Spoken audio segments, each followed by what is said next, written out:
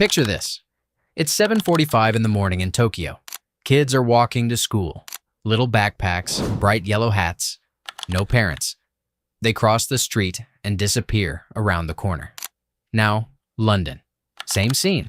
Kids on the city bus, in their uniforms, paying their fares like everyone else. Madrid, walking. Berlin, walking or biking. Mexico City, public bus or a parent on a moped. Now picture a quiet street in suburban Texas. You don't see kids. You see one thing, a massive yellow vehicle, flashing red lights, the little stop sign that swings out from the side. Traffic in both directions freezes, and out steps a single 7-year-old who walks 10 feet to her front door. Almost nowhere else on Earth does this. Not Japan, not Germany, not Brazil. There are about 480,000 of these buses in the United States right now, moving more kids every morning than every airline in America combined. And here's the part that's going to bother you for the rest of this video. The yellow isn't a coincidence. It isn't tradition. It was chosen by one man in 7 days in 1939. And the reason he had to invent it tells you something pretty wild about how America is actually shaped. That's what we're answering today. Let's start with something most people don't realize. In most of the world, kids just don't ride a school-specific bus. They walk, or they take the regular city bus, the same one their dad takes to work. In Japan, elementary kids walk in little groups, and the law actually requires drivers to slow to a crawl when they see them. In China, purpose-built school buses didn't even exist until 2008. So this whole idea, a fleet of identical government-regulated big yellow vehicles dedicated only to children, that's an American invention. And the reason it exists comes down to one thing: distance. Go back to 1919. America has 190,000 one-room schoolhouses. That's not a typo. 190,000 tiny buildings, scattered across the countryside, each one with a single teacher and kids from age 6 to 14, all in the same room. The reason they existed is simple. Kids walked. So a school had to be close enough for the youngest farm kid to walk there in the morning and walk home in the afternoon. About a mile, 2 at most. Then 2 things happened at almost the exact same time. The car arrived, and paved roads followed. Suddenly, a kid didn't have to walk to school. A kid could ride. And once a kid could ride, the math changed. You no longer needed a school every 2 miles. You could have one school every 20 miles and serve 10 times more kids with better teachers and actual science labs. States started doing what they called consolidation, closing the little schools, building bigger ones, and figuring out how to get the kids there. The number of one-room schools went from 190,000 down to about 400 today. Read that again. From 190,000 to 400. That is the real reason America has school buses. Not safety, not tradition, pure geography.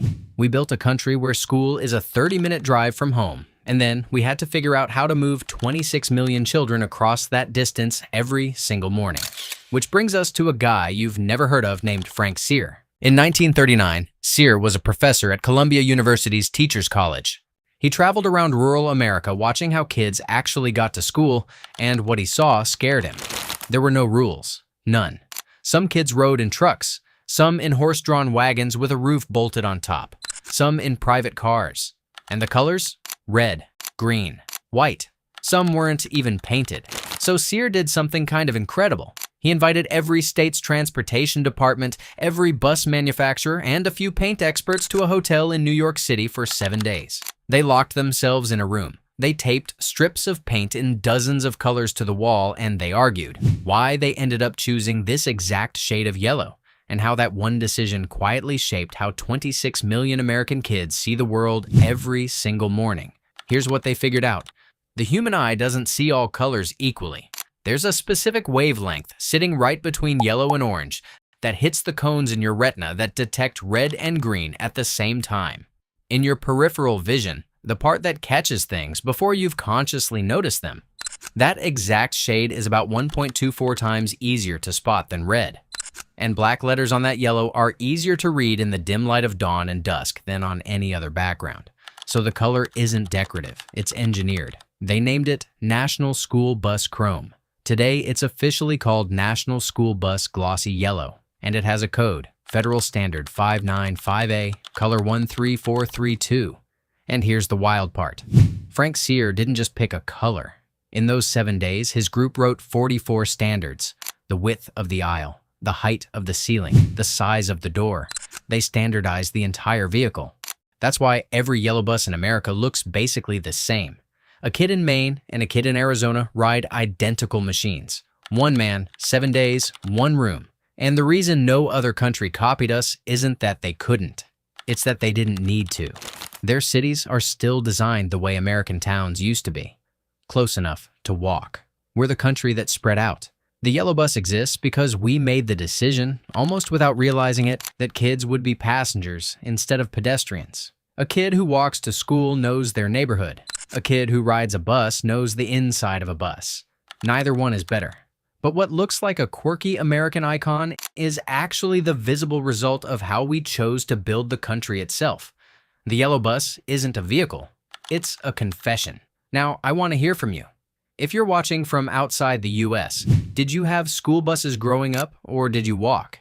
And if you're American, do you remember your bus number? I bet you do. Drop it in the comments. If you like this, check out this one. See you there.